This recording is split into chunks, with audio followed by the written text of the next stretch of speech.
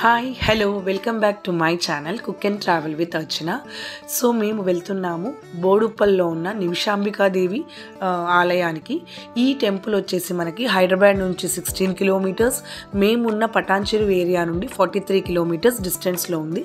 So ORR మీదుగా మేమైతే start అయిపోయాము. సో ఎగ్జిట్ నెంబర్ 9 దగ్గర మనము ఓఆర్ఆర్ దిగేసి ఇంకా హైవేలో నుంచి టెంపుల్ దగ్గరికి వెళ్తున్నాం అనమాట. ఈ టెంపుల్ అనేది మనకి రెసిడెన్షియల్ ఏరియాలో ఉంది. సో దారిలో టీ తాగుతామని చెప్పి ఇక్కడ బ్రేక్ ఇచ్చి లైట్గా టీ అండ్ స్నాక్స్ తిన్నాము.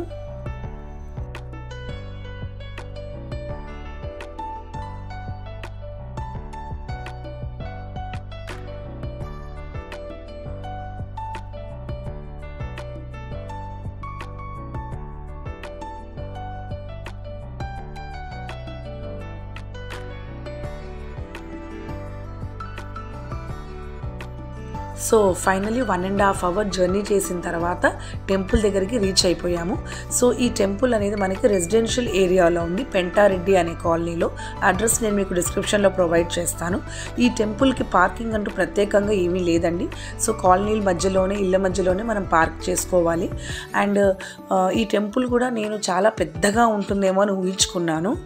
అంటే మన పెద్దమ్మ గుడిలాగా అలా ఉంటుందని అనుకున్నాను. నేనైతే ఫస్ట్ టైం రావడం. చాలామంది ఫ్రెండ్స్, మా నైబర్స్ వీళ్ళందరూ కూడా ఈ టెంపుల్ గురించి చాలా విశేషాలు చెప్పారు. అందుకని దర్శించుకుందామని నేను మా అన్నయ్య వాళ్ళ ఫ్యామిలీతో కలిసి వచ్చాను. సో ఇదంతా బయట ఉన్న ఏరియా అనమాట. అండ్ మేము వెళ్ళిన రోజు అయితే ఫుల్ వర్షం అండి. ఇప్పుడైతే మనకి ఆషాఢ మాసంలో అమ్మవారి బోనాలు కూడా జరుగుతున్నాయి. సో ఖచ్చితంగా ఎవరైనా వెళ్ళి దర్శించుకోవాలి అనుకుంటే దర్శించుకోండి. చాలా మంచి సమయం. అండ్ ఈ అమ్మవారికి ఒక ప్రత్యేకత ఉంది. సో ఇక్కడ నిమిషంలోనే మనం కోరుకున్న కోరికలు తీరుస్తుంది ఈ దేవత అని ఒక ప్రత్యేకత. అందుకే చాలామంది సంతానం కోసం, ఉద్యోగాల కోసం, ఇలా రకరకాల కారణాలతో చాలామంది వస్తున్నారు. అండ్ ఇక్కడ ఫస్ట్ మనము 16 ప్రదక్షిణలు చేయాలి. 21 రోజుల్లో మనం అనుకున్న కోరిక నెరవేరితే తర్వాత మనం మళ్ళీ వచ్చి 108 ప్రదక్షిణలు చేసుకోవాలి.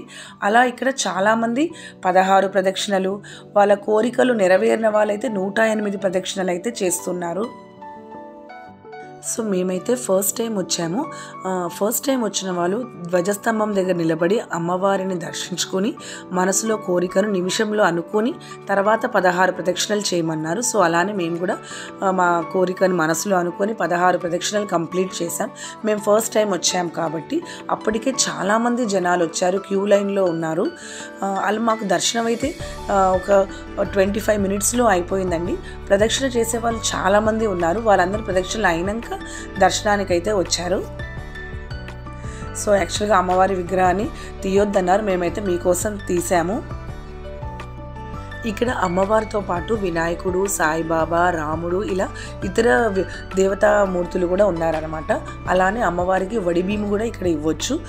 సో మీరు కూడా ఈ దేవాలయానికి వెళ్ళి దర్శించుకొని అమ్మవారి ఆశీస్సులు మీరు కూడా పొందండి. మీ కోరికలు నెరవేరి, అలానే మేము అనుకున్న కోరికలు కూడా నెరవేరి మళ్ళీ ఈ ఆలయాన్ని దర్శించుకోవాలి అని అనుకుంటున్నాము. సో వీడియో నచ్చితే లైక్, షేర్ అండ్ సబ్స్క్రైబ్ చేసుకోండి. మరొకసారి మంచి వీడియోతో మళ్ళీ కలుస్తాను.